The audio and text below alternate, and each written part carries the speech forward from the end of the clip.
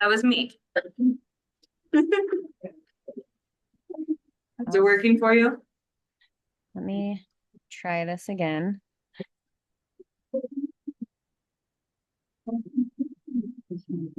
You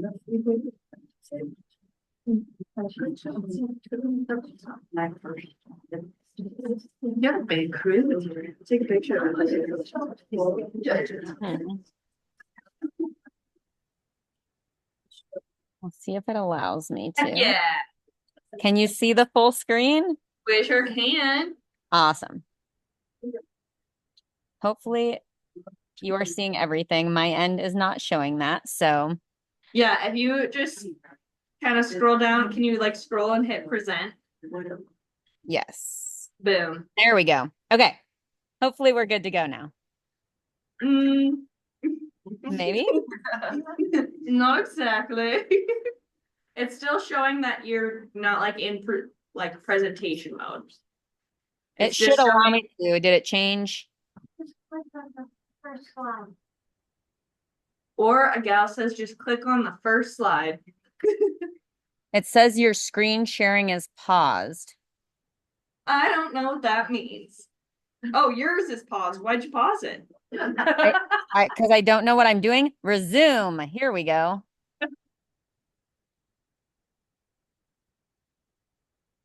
Don't Oh, worry, I'll edit the recording. did it resume? No, it's still in the same.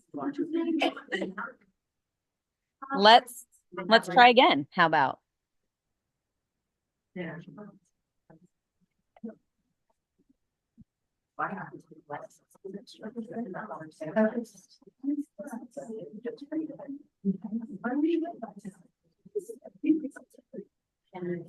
Oh, you can't see me shake my head now. Sorry. I'm shaking my head now. Actually, trying to be very subtle. Okay, are we What are you selling? Is popped up. okay? Perfect. Boom. Got the lockup. All right, I'm gonna do your intro. All righty. Now we got that figured out. Whew. I am Jerry. I am the membership ambassador for the Golden Triangle region, which is also kind of the High Line. I run from Browning to Harlem, down to Fort Benton, and over to Conrad. Is kind of my little area there. So that's where I'm at. I am very lucky to introduce one of our amazing MFU board members. I'm pleased to introduce MFU member and commercial cut flower farmer from Laurel, Carah. Ronan. Carah Ronan grew up in a convention egg in Laurel, Montana, and moved to Fort Worth, Texas, where she worked in the wellness community, practicing Thai medicine, yoga, and movement, and worked as a booth doula. She returned home to Montana 4 years ago and reimagined the family operation into Rhodey Farm. She works alongside her grandmother, raising cut flowers for the wholesale market, Billings, Bozeman, and the surrounding areas. Please join me in welcoming Carah. Hello to everyone. A little bit more of my background that I did not get to Jerry in a timely manner. My fault, not hers. So my master's degree is actually in photography and filmmaking. So if you may wonder why they maybe asked me or entrusted me to kind of step you guys through this process, I'm going to try and give you an abbreviated take-home version in the time that we have together today. You guys will have access to these slides and my email as well. Feel free to ever, if you need to, reach out with any questions that you might have. Okay. So starting out, something to start thinking about before you're starting to photograph whatever it is that you're needing to sell is what is it that you are selling? So knowing the audience that you're trying to reach. So if you, let's say in our middle picture here, you're trying to sell a margarita mix. Well, maybe the bottle of mix is a good selling point, but maybe someone enjoying that margarita is a better selling point of the lifestyle or the brand image that you're trying to create. Similarly, knowing how your photograph is going to be used, right? If you are going to be taking pictures for on your website, you may want multiple images of the same thing. We're going to touch base on that a little bit later, but these are things to consider before you start taking pictures. What result are you looking for? So, is this something to show your customers simply what your packaging and your product is going to look like when it shows up to them?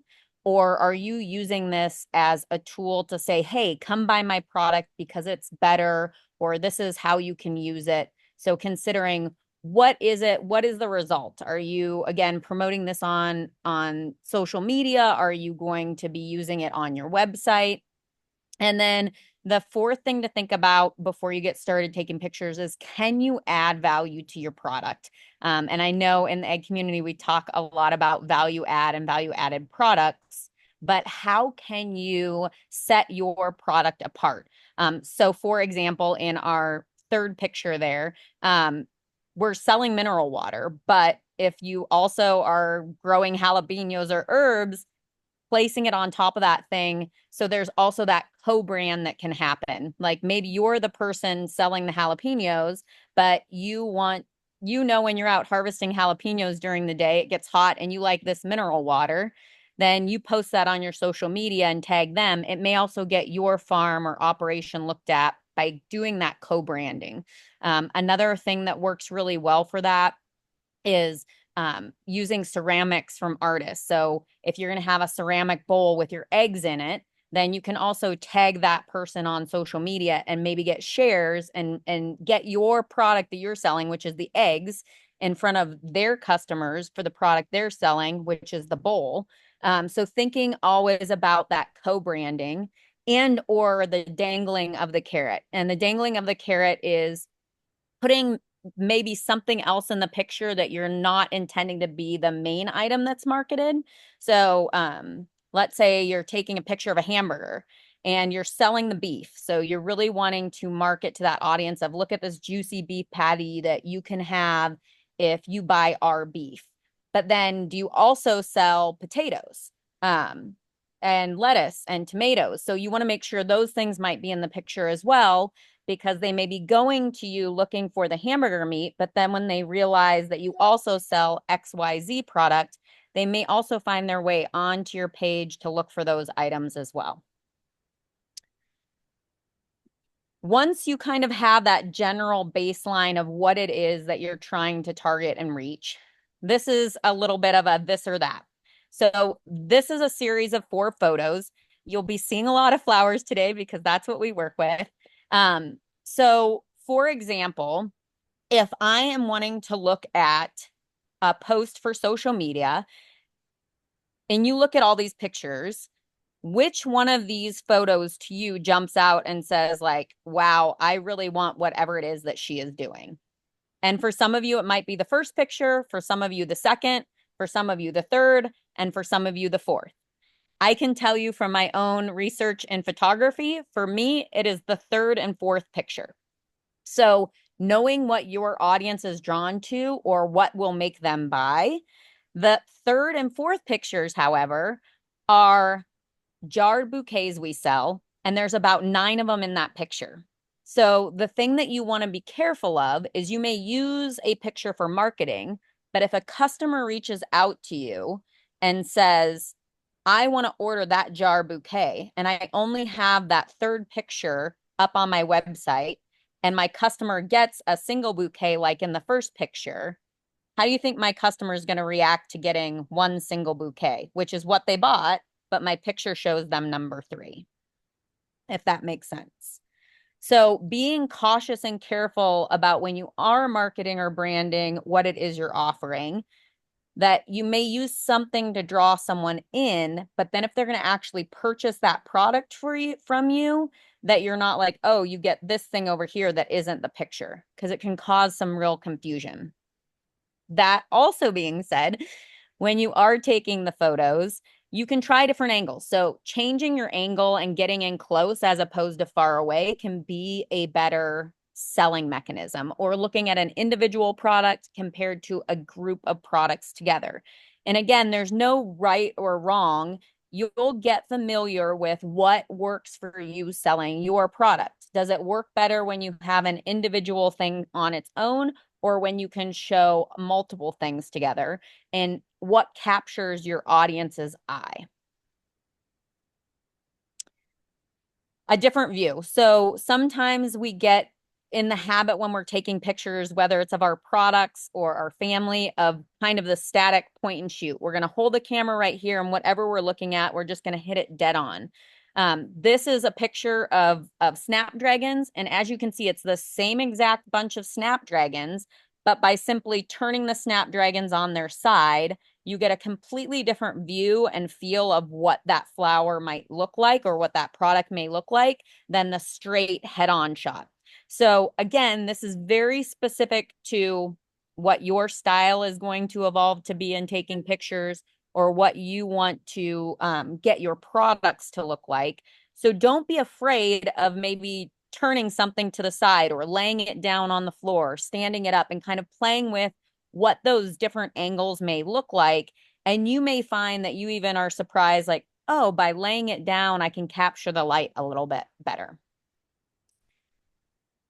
Different light adds different value to your product in that it will help your product pop in a different way, good, bad, or indifferent. Natural light is simply just using the light outside as your natural light source.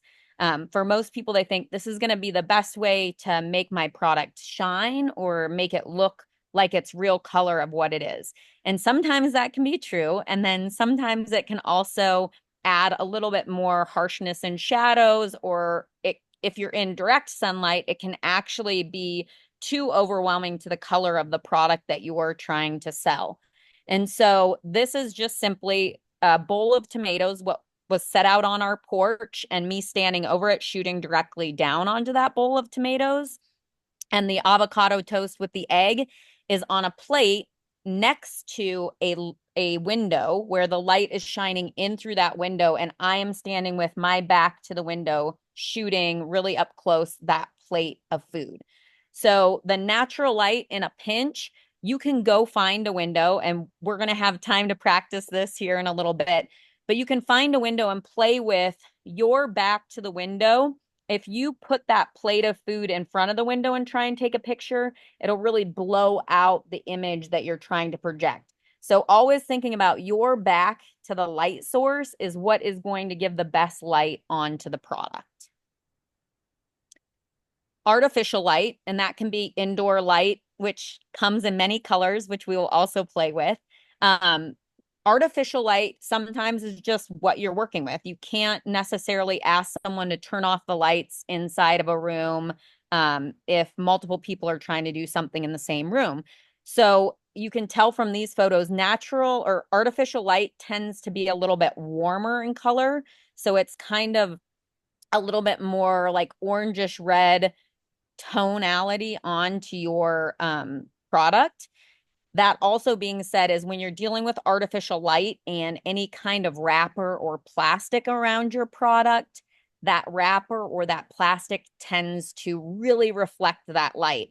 So in an artificial light setting where the lights may be overhead, having a product facing up is sometimes really hard to photograph, but putting that product on its side allows you to cut that glare that you're dealing with from the overhead lights to be able to photograph that product a little bit more head on.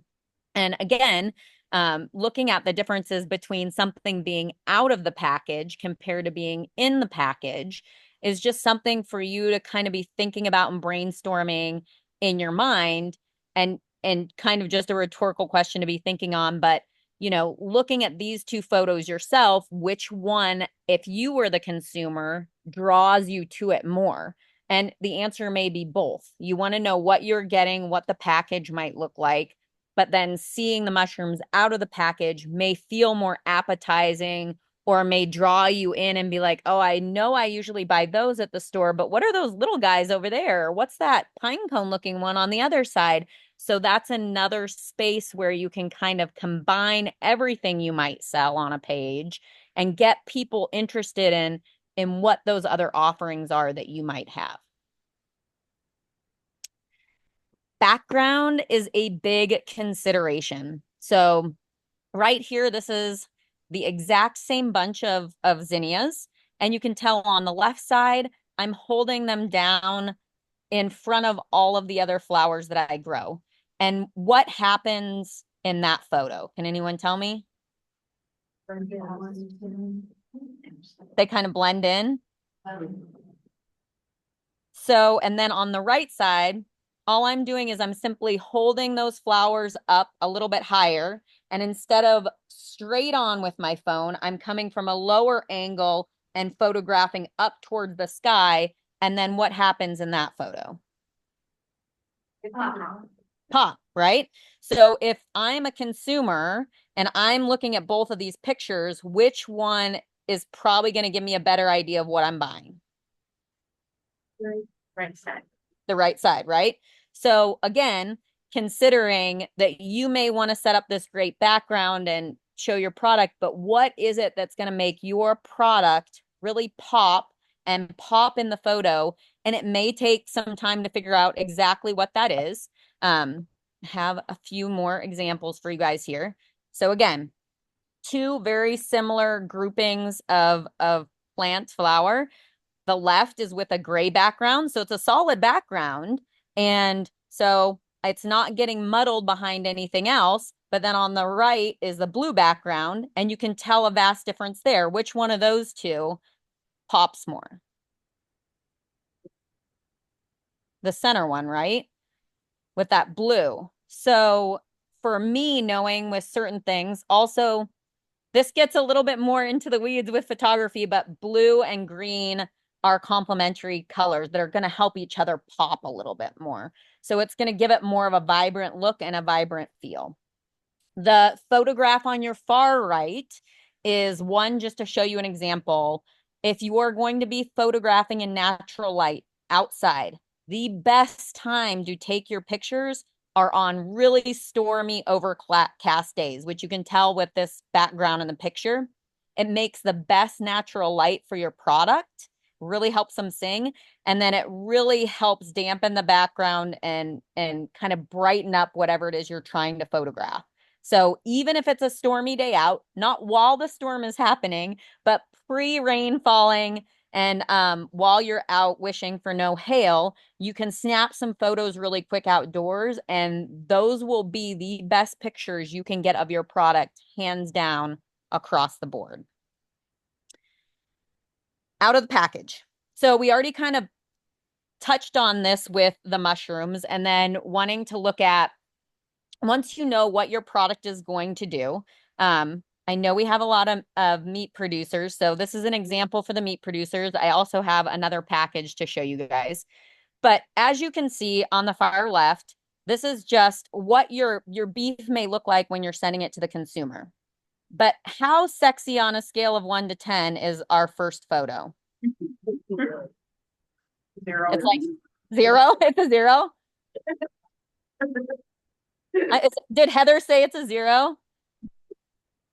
No, I'm just kidding. So knowing that right time, you've got to know what your product is and what the placement is for it. You may need the photo 1 and 2 so that you can let your customer know, hey, this is how we're going to ship the product to you. This is what the product looks like when it's going to get to you. But it's not really selling me much, right? Like it's not telling me why I want that baseball steak over any other steak, right? So a simple fix for that is, without wasting product, the next time that you're making, assuming that pretty much everyone here, whatever product is you're making, you're probably using at home as well.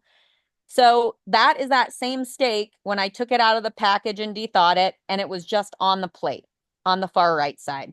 And that's just holding it up near a window again and using the natural light of the window coming in on the plate. And you can already tell between those two, if I'm a consumer, which one am I probably more likely to want to know more about or want to buy?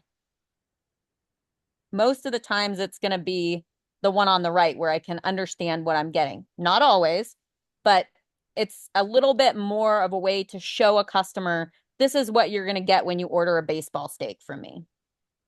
Also easier to not overpromise for those of my friends that deal in meat, because we know every cut is going to be a different weight. So if you show them the 6.2 ounce package on the left and you say, this is what you're getting, and they get 0.59 pound of baseball steak, someone always is going to be like, well, it says in the picture I'm getting the 6.2 and you gave me a 5.9. So I want my other 4.04 ounces of meat. So it kind of allows you to have a little bit more room for no one knows how much the one on the right weighs. Another thing with that's that same bit of meat on a different background. It's a plate, a two-tone plate, so it's yellow and white, and it's under artificial light. So you'll notice, I'm going to pop back to the other screen for a minute. The natural light, you notice how it's kind of glossy on the left-hand side of the meat, and with that light reflection coming in. But on this one, since I took it more down from artificial light above, it's kind of shimmery across the entirety of the top of the steak. The next picture, obviously on the grill, is outside. So that's another way to think outside of the box, is showing people sometimes how they're going to use this, throwing it on the grill or throwing it in the cast iron pan and taking a picture even before it cooks as well as when it cooks. So these are all that same bit of steak, and I'm just taking pictures all along the way because your customer may gear towards the photo on the left, which is just the raw piece of meat, or the cooked piece of meat, or maybe you take it a step further and slice into that piece of beef. No one judge my steak cooking skills. I do not like rare meat, but just a simple steak cut. Now they're thinking, oh, I can make that for dinner. And oh, there's a salad in the background. I wonder if they sell lettuce. Or maybe you get that lettuce from your neighbor who grows lettuce and they're like, oh, I can order my lettuce from this local person. That looks like a good meal for the evening. I'm going to fix that up. So thinking about, again, who's your intended audience? Who are you trying to sell to? What do you need these pictures for? And then how are you going to get that customer into your checkout and sell more product? So similar thing, moving away from meat and going into tea, right? Tumblewood teas. We see these a lot I do not make them. They're a great organization from right down the road from me out of Big Timber. On the left, you can see the package again. So if you're looking at just how you're going to package the tea, you can just put it against a plain background, but then you'll notice the tea's called Restful Rancher. So I put it against the background of a sheepskin that I have laying around the house. So between those two, again, part of it's personal preference of what you like the look of or what you like the feel of as the owner of your business or your product. But you may notice too, you may try one of each. You may try just the plain background.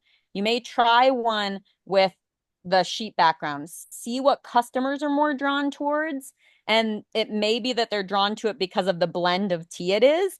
But if you have that same blend with multiple backgrounds, you can build a baseline for yourself of knowing my product sells 15% better when I post a picture when it's on the lambskin. Can't explain it, but that's what people are drawn towards. And then okay, if I'm taking pictures of tea today, it's all going to be on my lamb, because if I do it against the wood background, I'm not going to sell as many units. Similarly, in the third picture, I just simply added some dried flowers I had laying around the house. I know that those flowers are not in those medicinal tea mixes, but how many of you, by show of hands, know that the flowers on the right aren't in those tea mixes? Nobody, right? So sometimes you can kind of play with what you have laying around that's convenient. You're not wanting to mislead your consumer, but you're just trying to dress up the picture a little bit. And then I included a couple of honey stir sticks down at the bottom. So that's something that Tumblewood's Teas sells in addition. So then when you post a picture like that, I also have two different types of teas here. So let's say I go to the website because I know I want to buy the Restful Rancher tea, and then I get this picture on the right. If I get the picture on the left, I'm just ordering Restful Rancher tea. But if I get the picture on the right, I'm like, oh, what's that tea behind there? Cold Winter Night? That one kind of sounds good too. Maybe I'll check that one out on their website. And what are those stick things down at the bottom? So now maybe I'm going to check that out while I'm on their website. And now suddenly you've sold maybe 2 additional products compared to just the one that you were originally advertising.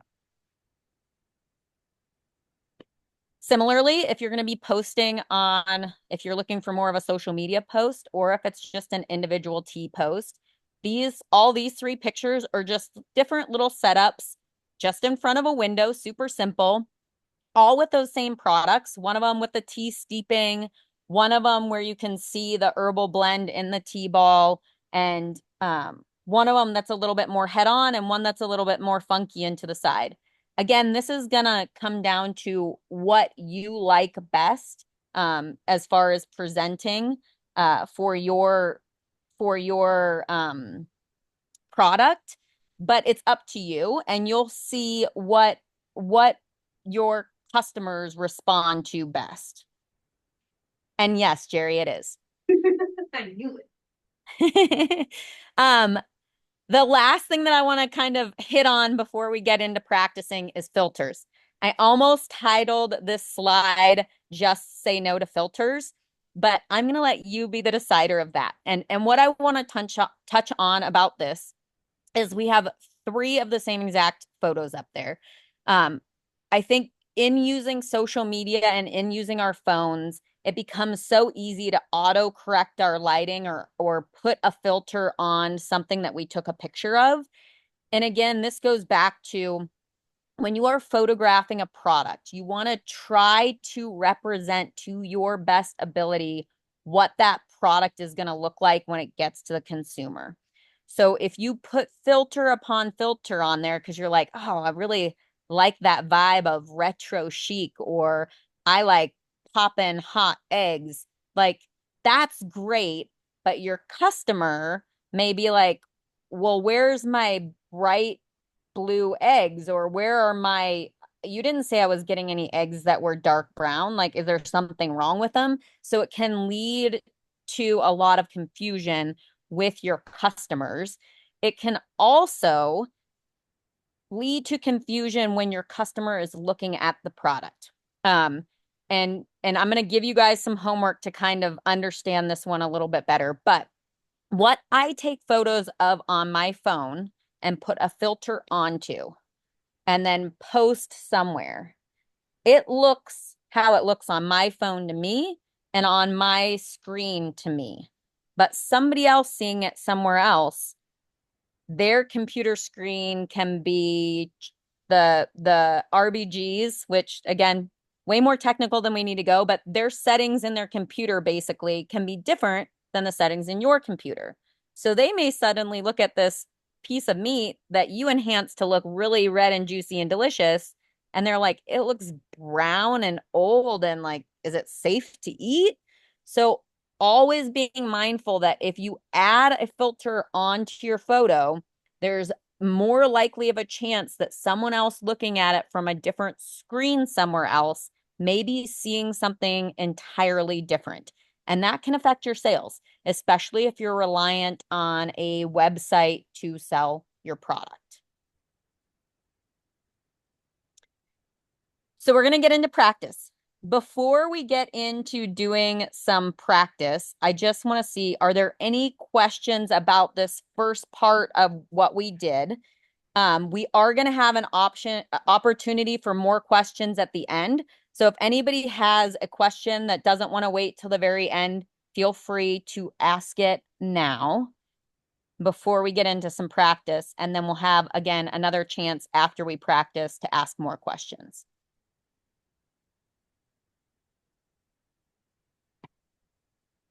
All clear.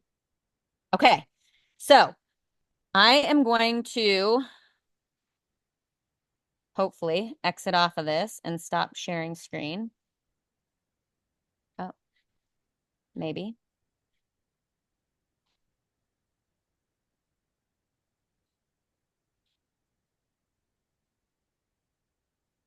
Go down to your bottom where you're saying share and then hit stop sharing. It just won't let me stop. Just thinks you're too pretty. Hopefully. Stop. There it is. Okay. Boom. So I set up a little mini demo space here in my shop to give you guys a little bit of an idea. And I'm going to go over briefly this with you guys. And then you are going to have the opportunity, Jerry kind of set up a similar setup for you guys. So if you are at home, kind of quick and easy way to set up an in-home studio is with white poster board, which you can go buy from Walmart. I highly recommend buying the 6-pack that's already in a sleeve. And the reason for that is poster board has a shiny side and it has a dull side. If you buy these individually, they always put the sticker on the dull side, and that's the side that you want to use. So if you get the 6-pack, you can have 2 dull sides. And as you can see here, I just taped it up using some blue tape onto the wall. So you're going to have a little bit of, as it were, and then get you guys in closer, just a screen setup there and there. So from here, whatever product it is that you're working with, shockingly, I have flowers right now. So we're going to work with a vase of flowers. If I put my vase of flowers there in the middle of the room, I have all my other lights off here in the room except for the natural light that's coming in from my window. I have set up, again, also from Walmart, Tractor Supply, anywhere, or if you brood chickens in the spring, you usually have one of these little clamp lights around. Clamp light is super handy because you can just clamp it onto anything. I have it just clamped onto a chair down here. And then bring it into the side so you can kind of see.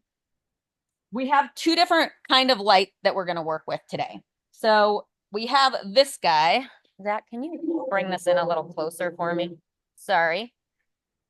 I just want to bring it in a little bit closer. So as you can see with this light, dependent on where I have this light, the shadows also chase around behind me where I'm holding it. So if I hold this light over here, and then I want to come in with my camera and take a picture from the front, I can actually get a really good photo as far as no background, just white, not really any harsh shadows right there on the phone. If I want to soften my light, a good trick, which again, for trying at home, we don't have it there, but if you take a slice of parchment paper and a couple of clothespins, you always want to do this. I already have one set up, so I'm going to show you the one I already have set up. Will you clamp that guy on there? You always want to set it up so that your light, if you're putting the parchment paper on, is rolled so there's an opening at the top and an opening at the bottom. And that is for heat safety. Heat rises. So this will get hot and you want air to be able to ventilate in front of your parchment paper so it doesn't light it on fire. Also, be mindful, they now sell wax parchment paper at the store. You want to try and stay away from the wax parchment paper because it will start dripping wax as it heats up. So this, for example, so Zach went ahead and put that parchment on for us, and you can notice the difference of now it's going to give us a little bit of softer light, and it's not as harsh, and you can see that the shadows aren't as harsh either. So when you pick it up from up above and you go in to take your picture there, just like we did before, now when we go in to take our picture, this picture, this one's a little bit harder to show you guys without sharing. So hopefully you can see this is with the filter and that's without. So hopefully you can see there the amount of sharpness, and that one's a little bit softer light. Okay. So this guy is our daylight bulb. Next, I'm going to show you when you go to the store, and you may have already a preference of daylight and or warm light. This one is a warm light bulb. So again, with the warm light bulb, you can see there that it's going to give us more of that orangish glow, and it's going to give us a little bit more of what's considered a warm tone in our photograph. That is really great. For example, if you are taking pictures of things that are yellow and orange and pink. You can also notice that it compared to our last guy. Oh, maybe that way. You can notice how it changes the product color and how it changes those low lights in the background. So you notice a little bit more blue here. And then we go back to this guy. you get a little bit more orange, okay? And then similarly, if you take off that, you may notice it's a little bit sharper light, but it may be just the thing that you are looking for. I'm not going to take a picture of this one because I can't get my camera to work just at the moment. But what we're going to do is set up kind of, you have set up like this around the room. You're going to take a minute to put, Jerry has some salts in packaging for you guys to photograph. So you can take turns playing with on your own phone and seeing what the difference is if you use the harsher light, the warm light, or if you use the cooler light to light your product. Will you flip that light on again? Before we go all the way there, I'm going to show you another thing that you can do. And this is just a setup we have out in the shop. So it's just board. What I have taped up behind here is canvas. So also you can take some fabric. This, like I said, is just canvas. I'm going to set you guys down close so you can kind of see where we're going here. And you can notice with the canvas background, it gives a different tone than just the bright white. Easy setup if you're wanting to take, hold that guy right there. If you're wanting to take pictures and have more of a setup, like these flowers are sitting on my dining room table, but I don't know about you guys, but if your dining room table is anything like my dining room table, you hold that right there. Big shout out to my husband, Zach, who's helping us make this possible. Hello. If you guys are like my dining room table, there's probably stuff all over it and it's not going to look as great on the dining room table as just doing a faux dining room table. So if we do this setup here, now we suddenly can take our picture and have what looks like or appears to be more of a flowers on the dining room table setup for our project. As another switcheroo, just to show you how you can change this 20 ways of Sunday. But I just have, oopsie daisy, the board going. Oopsie. But you can take your canvas, which you can get that at Walmart as well, and make yourself another background. So this would be, if the tape would have stayed, you can have a secondary setup here. Just again, use your tape up your board.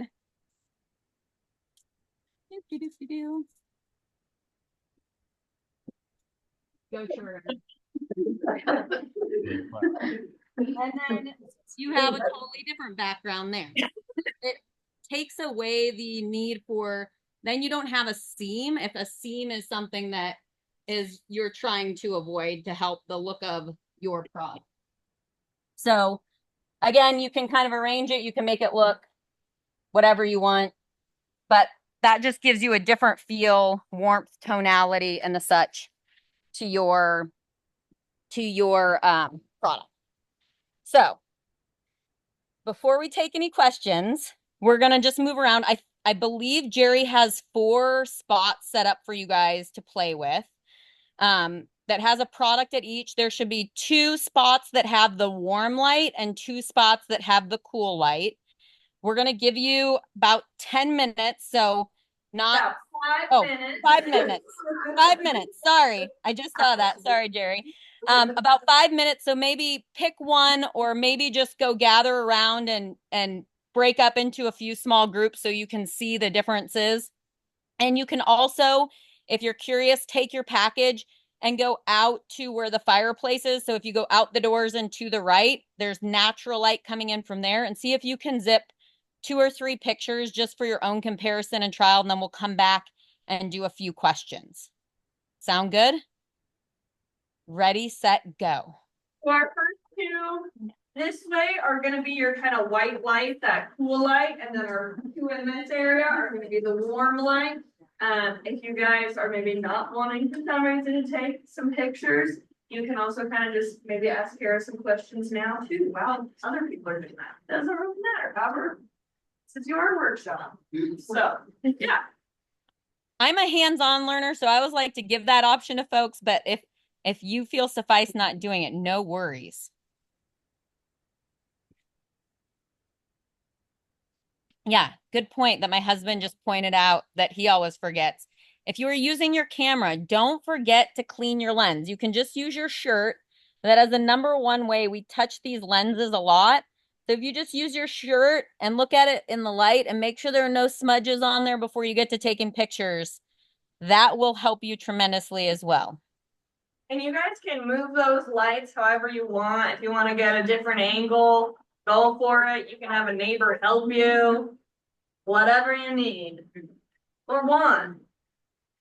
The great thing about clamp lights is you can put them onto, the back of a chair, or you can just simply hold on to them on the rubber side so you're not holding them up here at the top and getting yourself accidentally burnt.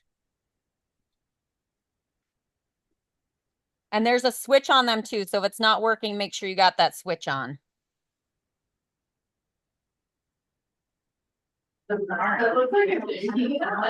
What's growing in the back there? Tulips? Tulips. I love it. I realize you can't see me, but I can see your jacket. You're too tall to be able to see you. I'm just a tall girly. I'm gonna pretend to be tall in my next life. I think you could be. I think you could pretend you're tall really now because we're at an up angle, so you could be like, I'm like 6 foot. I am. I'm 6'4". Yeah, exactly. Oh, I got a great picture of you frozen earlier. I'll send it. There's Jennifer. Hi, Jennifer. He's just gonna come say, is it this one? It's like, I mean, if you come in kind of right here, she'll be able to see you. If you like bend down a little. What am I looking at? Hi. Hi, how are you? I could see you walking down the walkway there. I came to say hi. How are you? I'm so good. How are you doing? Good, good. I'm looking forward to seeing you in Billings. I know. Are you guys coming? Yeah, you guys are coming down the 20th, right? Yeah. Awesome. Are you coming down the day before or just coming down that morning? Depends on weather and calving. Yeah. I was gonna say, how are you guys holding up with weather? Cold. It's cold. Any calves yet? Yeah, we have 5 on the ground. So Ooh. that means it's gonna start kicking in. Next storm, we'll get a lot more. I know. I'm like, we got well, on the rodeo last night, Jerry, you might have heard this, but they were like, they got 5.5 feet of snow in Billings. I'm like, come on, we didn't get that much, but we got nearly 2 feet. So That's crazy. it was the first time in my lifetime Laurel declared a state of emergency. I was like, really? I didn't think that was possible. Wow. Because they just couldn't keep up with removing the snow. Yeah. Full-time job. Yeah. No, we just up north have a lot of wind and like just really brutally cold. Yeah, and like that blowing wind and the cold is not 15 great below for to start cats with. being Who's the born. wind? Yeah. We can ask her, does she always keep her camera on photo or does she go to portrait? That's a great question. Anna? Great question. So photo is my go-to because it allows you more depth of field. That being said, if you do it on portrait, if you want that blurred background image, it's not bad. Just make sure if you're taking a picture of a package that you're not chopping off. Sometimes the blur bleeds in, kind of this similarly to here, right? If I put on a blurred background, it can kind of blur the wrong thing. But yeah, out in the field, I use blur a lot. Video, some people will say if you're trying to do a shoot on your own. So let's say you're at home, you're trying to hold the light and you've got your background and you're trying to take pictures at the same time. Put it on video mode, especially for how good the phones are now. And you can just take a screenshot or pull a picture out of the video. The live one. That makes sense. Yeah. That makes sense. Okay. Thank you. Anybody else have any other questions? We have a little bit of time for questions. It can be phone settings, any of that type of stuff that you might have questions on. No? Should we go over some more of the color combos? I know you said like blue and green. Could you hear that one? So she was asking about the like good color combos. You mentioned blue and green, but like what are some other combos that look really good and make each other pop? So have you ever seen a color wheel? Or if you go on Google and search color wheel, basically the quickest way to know, like if you're using pink, it's whatever is directly opposite on the color wheel. That's kind of the down and dirty, easy way to do it. Um, I was just trying to see if I could find you a color wheel to show you really quick. So yeah. So basically on your color wheel, things that are complementary are really great too, but sometimes they get muddled. So like the blues and the oranges are directly across from each other, red and green. The only thing about sometimes doing red and green is you don't want people to think you're getting too Christmassy on them. Purple and yellow.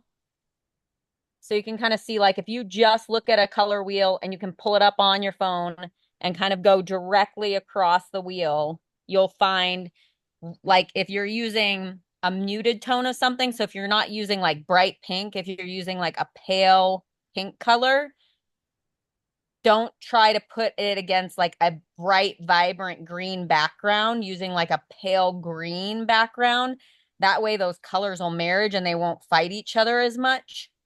Um, we can spend hours and days talking about color theory and photographs, but kind of the basic tool. I'd go to the color wheel, kind of see what's directly across.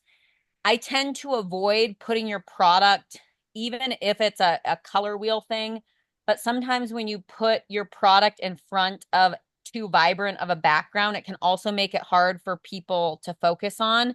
So if you have like a bright blue wall in your house and your product sitting in front of it, it may look really good.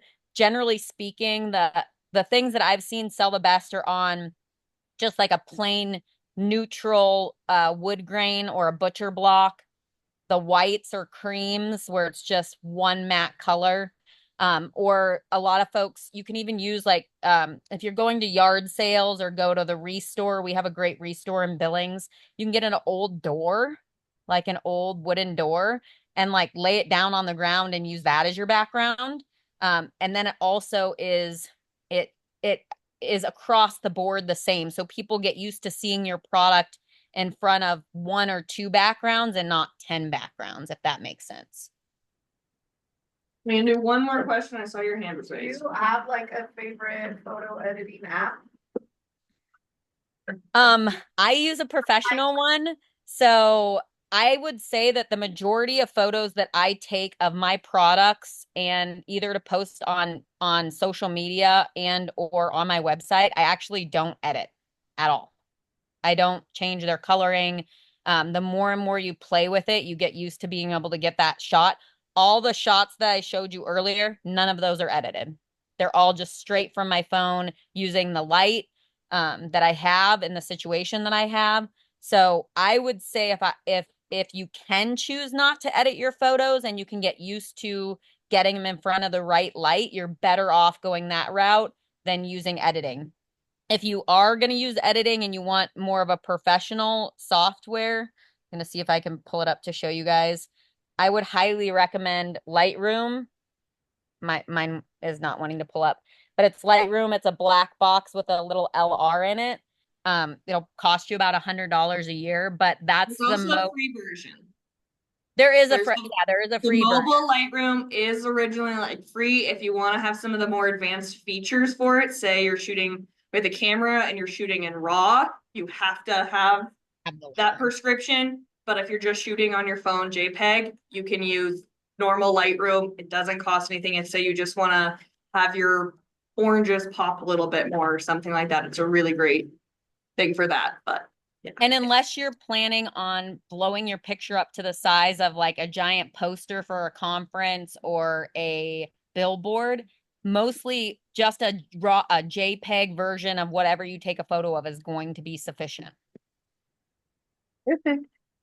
Well, thank you so much, Carah, Thank you. for everything that you have provided for us. And making it so interactive, even though you were a jaunt away from us.